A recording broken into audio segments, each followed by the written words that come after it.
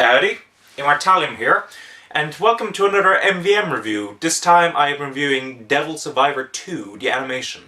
Now, Devil Survivor 2, the animation is based on a video game, Devil Survivor 2. I know, surprise, surprise, right? Created by Atlas, and I haven't played too many games from Atlas. The two I have played, Catherine and Persona 4, have both been superb. You know, I've absolutely loved, the deep characters, the intricate storylines, the engaging gameplay, etc., etc. So I came into this series with a pretty good expectation, and was that expectation met? We will see in a moment. So let's start off with the story. What is the story of Devil Survivor 2, the animation? The story opens up with us being introduced to these two characters, Hibiki and Daichi. And they've just graduated from high school. They're trying to figure out, what they're going to do with their lives, etc., etc. While they're talking about all this, Daichi shows Hibiki an app made by Nikea. And basically this app, if you take a picture of your friend, it will show you a clip of how they will die. And, at first it's a laugh, they're kind of like, ha ha ha, you died in this situation, etc., etc. But it turns out that it really does show how they're going to die. For example, they're shown that a train is going to crush them, and, just as that happens, a train comes along and crushes them.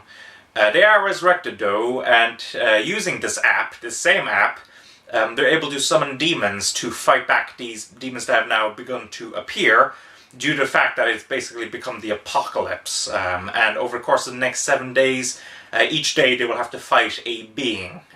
These beings are called Septentrians, and once they have managed to drive back all of these beings, they're gonna, basically the apocalypse is gonna end, and they're gonna be able to confront, the mastermind behind all this, with the assistance of an organization called JPs. Now, that's the plot of the story. And at first, I was kind of like, oh yeah, this is pretty cool, because what I've really liked in, Catherine and Persona 4 is that they take, these, very normal aspects, of everyday life, for example, or dreams, or, television, and in this case, an app, which is, a very modern, addition to everyday life, and they kind of turn it on its head, make it a bit more, threatening and scary, which, I really, really like. But you probably noticed that story that I described really, really sounds like another really, really popular series. Neon Genesis Evangelion, anyone? So, I found that a bit disappointing. Not to say that, Catherine and Persona 4's plots are the most original in the world. They aren't quite the most original, but they are quite distinctive. That's the term I'd use for them, and I did find that a bit disappointing. The execution of the story as well is a bit iffy as well. There are 13 devil summoners overall, but due to the length of this series and only being 13 episodes, many of them are very underdeveloped. Really, the biggest screen time is taken up by 4 of them, or lead character Hibiki, or Daichi, his best friend, Nita, who is a girl who, they ran into at the train station and just happens to go along with them, and the leader of the JPs, Yamato. And those 4 get the biggest screen time, but even so, their characters ring a bit hollow. Like, they all fit certain archetypes. Hibiki is the character who wants to save everyone. Daichi is the bumbling idiot friend. Nita is the girl who, wants to remove the pressure from the lead character and also begins to develop feelings for him. And Yamato is the kind of dictator who wants to, inevitably take over the world. And, those are fine archetypes, to start out with. But you do need to develop them into something, more deep, more concrete, etc., etc. And I felt that this series failed to achieve that task. All the characters felt to me to come off, one-dimensional. So that I did find quite disappointing. The story itself, though, does have a decent pace, and there's some very cool action sequences with some absolutely stellar monster designs. I will get onto that in a moment.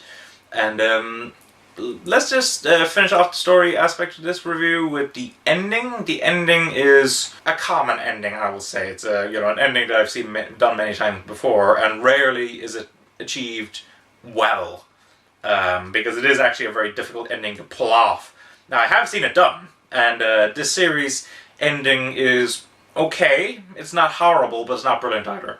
So, from a story perspective, I was expecting a bit more from this series, but, it does have some very good intentions, etc., etc. So this is where I usually talk about the characters, but interestingly, I kind of already covered them a bit. So I'll just simply, reinforce that fact that the 4 characters get, the main screen time, and everyone else feels very underdeveloped. Now, this is based on a JRPG, so I'm assuming in the video game, there's a lot more time to develop these other characters, for us to get attached to them, to understand them, etc., etc. I don't know how this, the character development and the story, etc., etc., compared to the actual video game, since I haven't played it. But I did find that many of the characters were lacking and, uninteresting, essentially. Animation-wise, this was animated by Studio Bridge. And to be honest, I don't know much about Studio Bridge. I know that they've replaced Satellite, as the kind of co-production partner of A1 Pictures on Fairy Tail. So I was kind of wondering, what would the series look like? And in general, the animation of this series is pretty good. The character designs are a bit plain in comparison to, to the character designs in Catra and Persona 4, but I would fault that more with, Atlas, more than the actual animation company. The actual movements of the characters are actually quite fluid and clean. Even the CGI components of this series are actually very fluid and cleanly animated, which, is a surprise. Now, my issue with the CGI in this series, though, is the fact that it stands out a bit too much compared to the other elements in the series. But in general, there's a lot of fluidity to the animation. It's quite clean. I did not notice much, if any, actual off-modeling. Characters going off-model. About the monster designs as well, I just wanted to give a particular note to this. The monster designs of this series are absolutely superb. We have all these weird characters, from various different mythologies. From Japanese mythology. I'm quite keen on the monsters based on Indian mythology. I thought they were among the coolest. And then we have some, very odd little, monsters, like, for example, cats. Like Puss in Boots, with the hat and the sword and the shoes, etc., etc. And so while the characters themselves aren't the best designed, the monsters more make up for the actual, artistic design. So in general, I would say that, from an animation perspective, the series is a big plus. So about the music in this series, in general, it's very good as well. During the action sequences, there's a lot of very quick, strong pieces of music. During the more dramatic scenes, we have the kind of more quiet, subtle kind, and in general, the music is very good. Now, about the opening, I actually really liked the opening music. It was quite engaging and catchy. Ending music, though, I couldn't stand. Actually, I usually don't skip opening and endings, but that one I skipped after, I think, first 2 times I watched the endings, music, so... Yeah, I thought the ending one could have been done better, but the rest of it, from a music perspective, is actually really, really good. Voice acting now. Okay, I watched this in English, as I usually do. I generally prefer English. And in this case, how can I describe it? It was done by Sentai Filmworks, and Sentai Filmworks have been known to make bad dubs, more frequently, than, say, Funimation. Now, in general, the quality of this dub is, pretty good. It's nothing exceptional, but the majority of the characters are actually pretty well cast, and they give their performances pretty well. But there's one thing that drags this dub down, and that is Patrick Poole as the lead character, Hibiki. He is... How can I even describe him? He's bland. He's, has no emotion in his voice, etc., etc. He's a bad actor for it. I don't know if it was just him being miscast, or was he genuinely not any good at all. But, I couldn't stand him, particularly at the beginning. Now, over the course of the series, his performance does improve a little, to the point where it's just barely tolerable. But even so, there's no reason for people to have to go through, Patrick Poole's, bland, a very uninteresting performance.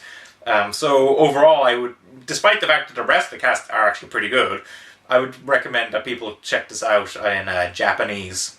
So that's my review of Devil Survivor 2. So overall, what did I think of the series? From a technical perspective, I was pretty impressed with the series, but from a story perspective, I thought the story itself was a bit bland, a bit cliche. I thought the characters weren't as deep as I would have liked, etc, etc. So I do think from a story perspective, there was a lot more they could have done with the series. But from a technical perspective, yeah, I very much appreciated it. So while I would say that I wouldn't, like the series too much because of the fact that, I couldn't get with the characters or story.